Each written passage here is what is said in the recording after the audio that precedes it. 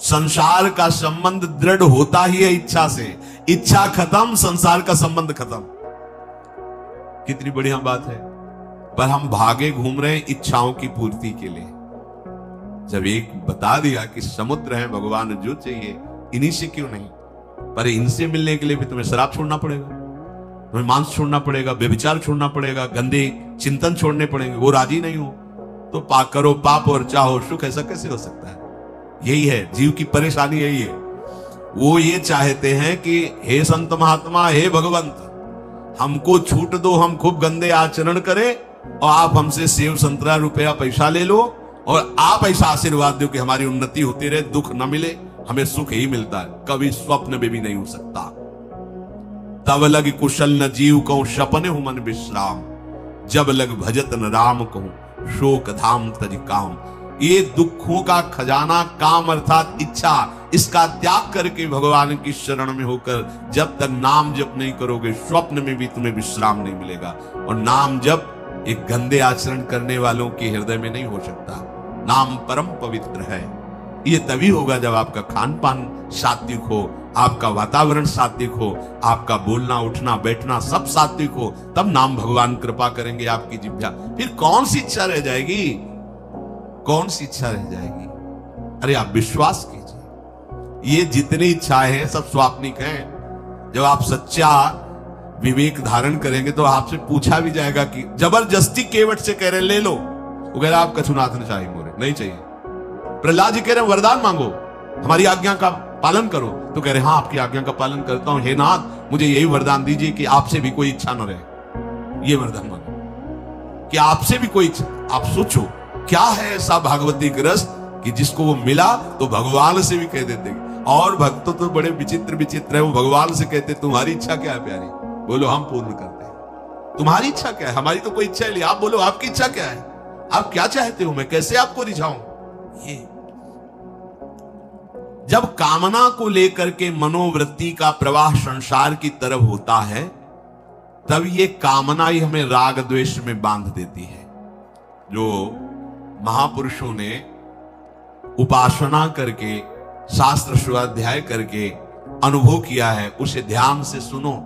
इच्छाओं से बचने का उपाय, इच्छा ही आपके बंधन का कारण है, इच्छा ही जन्म मरण का कारण है। इच्छाओं से बचने का उपाय, कर प्रमाद मत बनो आलसी, करो सुचारु रूप से काम, अपना काम स्वयं करने में लाज बड़प्पन तजो तमाम। पहली बात, शरीरधारी को किसी दूसरे शरीर से अपने शरीर की सेवा तब तक नहीं लेनी चाहिए जब तक बीमार ना हो जाए, असमर्थ ना हो जाए, चाहे गृहस्थ में हो चाहे विरक्त में हो। ध्यान दीजिए, आप चाहे आपकी पत्नी हो, पुत्र हो, परिवार हो, आप उनके सेवक हैं, क्योंकि वो सब प्रभु के जन हैं। इस भावना से रहोगे, कभी नाराज नहीं होगे, कभी गुस्सा नहीं आएगा, कभी झगड़ा नहीं होगा। अगर आप अपने को ये माने कि प्रभु मेरे इस रूप में आए हुए हैं, मुझे अपने कर्तव्य का पालन करना है, तो कहीं झगड़ा नहीं हो सकता। तुम जो कर रहे हो तुम्हारा कर्तव्य, हमारा कर्तव्य है कि हम पति पुत्र परिवार आदि जो भी है, ये हमारे भगवान का स्वरूप है। मैं आप समझो वही भगवत साक्षात्कार, पर ऐसा कौन मानता है? अच्छा, साधु वेश में ये जरूर सावधानी रखनी चाहिए। ध्यान देकर सुनिए, जब तक आपका शरीर स्वस्थ है, आप किसी से किसी भी प्रकार की सेवा स्वीकार न करें। भिक्षान्न के सिवा कोई भी सेवा स्वीकार न करें। अपने शरीर की सेवा तब तक करें जब तक आपका शरीर असमर्थ नहीं हो जाता। असमर्थ हो गए तो फिर हरि ही करें आकर स्वयं, या किसी को भेज दें, उनके बस की बात है। देखो माधवदास बाबा की लंगोटी स्वयं श्री ठाकुर जी महाराज धो रहे हैं। तब तक हमने अपने बड़े संतों को देखा है, बिल्कुल किसी भी तरह की कोई सेवा नहीं स्वीकार करते। अपनी दिनचर्या अपने हाथ से, अपने शरीर की पूरी। आपको क्या हो गया है? आप भी वैसे चलो जैसे गुरुजन चले हैं, भिक्षान्न के सिवा। आप अपनी किसी भी तरह की सेवा किसी से मत करवाइए।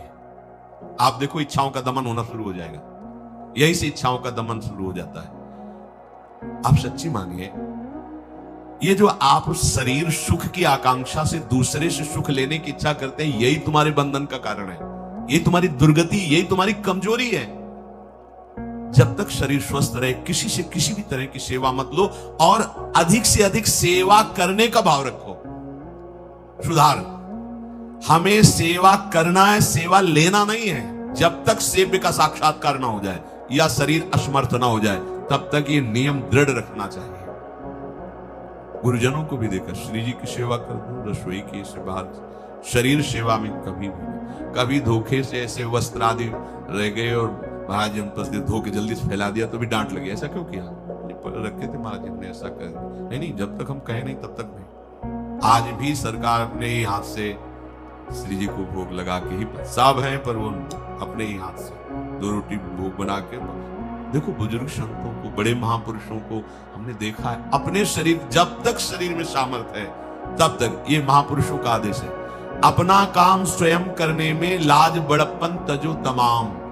अपना काम करने के लिए आप किसी को भी आदेश मत करें, किसी की भी सेवा स्वीकार न करें। हाँ, हमें भूख लगेगी तो रोटी मांग लेंगे जाकर, क्या जरूरत है हमें किसी की सेवा स्वीकार करने की? मांगो, खाओ, खूब भजन करो, सत्संग करो, कम खर्चे वाला जीवन रखो। जरूरत क्या है? जो जरूरत है गली चलते दे देंगे भगवान, विश्वास करो, गली चलते दे देंगे। विरक्त गृहस्थ धर्म पूर्वक कमाओ, जितनी आवश्यकता प्रभु दे देंगे। ऐसा कोई त्रिभुवन में नहीं जिसकी आवश्यकता की पूर्ति न होती हो। अनावश्यक तुम्हारी मांगे जो है वही तुम्हें दुख दे रही है। आवश्यक व्यवस्था सबको भगवान दिए हुए हैं, अनावश्यक मांग के लिए तुम्हें फिर फंसना होगा। ये तुम्हारी अनावश्यक मांगे हैं, ये हो जाए वो हो जाए, वो जो आपको जीवन जीने के लिए जरूरी है, धर्म पालन के लिए जरूरी, वो बिना मांगे भगवान दे रहे सबको। देख लो, हाँ आप कि भाई हमको उस परिकर में रहना है, उस कोर्ट से रहना है, वो सब वीआईपी, तो हमको भी उस कोर्ट का, ये मांगे हैं तुम्हारी। तुम्हारा प्रारब्ध जितना है उतना तुम्हें मिलेगा, जो आवश्यक है वो तुम्हें मिलेगा। अनावश्यक मांगे करोगे फंसोगे, अधर्म में कूदना पड़ेगा तुम्हें। हाथ पैर सब साधन प्रभु ने दिए, दया कर तुम्हें समान, फिर क्यों उनसे काम न लेते, क्यों रखते हो झूठी शान। तुम्हारी सेवा के लिए तुम्हारे पास हाथ है, तुम्हारे चरण है, तुम्हें बुद्धि दी है, दूसरे से क्यों सेवा स्वीकार करते हो? प्रभु ने दया करके उद्धार के लिए तुम्हारे पास पूरी सामग्री दे दी, उसका प्रयोग करो। तन मन दोनों का हित करता, निश्चय शारीरिक श्रम युक्त। देखो ये है, जिसने अपना परम मंगल ठाना है वो शरीर को कभी प्रमाद में नहीं रखता, चाहे गृहस्थ हो चाहे विरक्त हो। ये आलस्य प्रमाद किसी के लिए भी ठीक नहीं है। नियत समय तक सो जाओ, इसके बाद खूब मेहनत करो, चाहे गृहस्थ हो चाहे विरक्त। विरक्त हो तो खूब नाम जप, वाणी पाठ, ब्रह्मचर्य से रहना, आसनों में बैठना, हाँ, सेवा करना, शारीरिक श्रम। खूब सेवा करो, धाम की सेवा करो, नालियां साफ करो, गलियां साफ करो, जो सेवाएं में इसे श्रम करो। ब्रह्मचर्य पचाने के लिए श्रम भी तो होना चाहिए। श्री जी की प्राप्ति के लिए मन वचन कर्म से श्री जी के चरणों का आश्रय लेकर के जितना आप अन्न डालते हो उतना आप इसका प्रयोग करो शरीर का।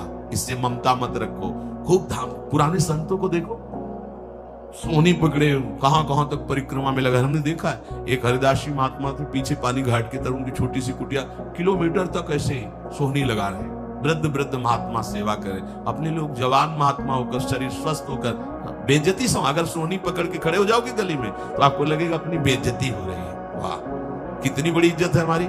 स्वामिनी के महल की वीथियों में सोहनी लगाने में तुम्हें बेइज्जती लग रही, वो आचार्य चरण याचना कर रहे हैं। यत्किंक्रीषु बहुशा खलुका कुमाणी नित्यं परस्य पुरुषस्य शिखंड मौले तस्या कदापि रसनिधेर वृषभानुजायास तत्केलि कुंज भवनांगण मार्जनीश्याम। लाडली जो ऐसी कृपा करो कि आपके वृंदावन धाम में कहीं सोहनी लगाने वाली, पोछा लगाने वाली मैं बन जाऊं। मांग रहे हैं। एक से कहा भैया चाहे जितना बुरा प्रारब्ध हो, यहां जो भगत आते हैं उनके जूते साफ कर दिया कुल प्रारब्ध खत्म हो जाएगा।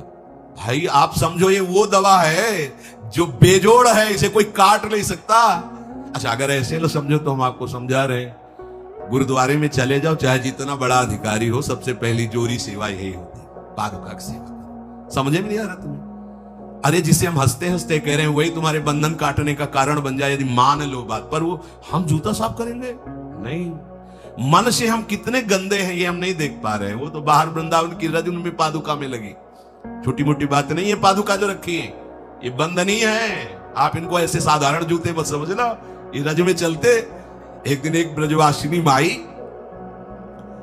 रोटी रखे, उसके ऊपर पादुका रखे, एक हाथ में लाला लिए और एक हाथ में जल का ऐसे लिए, उनका अभ्यास ऐसा। अब पादुका पहन के चलने में परेशानी होती थी, तो वो एक संत थे, वो बाहर से आए हुए थे, तो हंस दिए कैसे बावरी रोटी के ऊपर जूता लगा। ऐसे लोग कितने साल हो गए ब्रजवास करते हुए, वह कई वर्ष हो गए।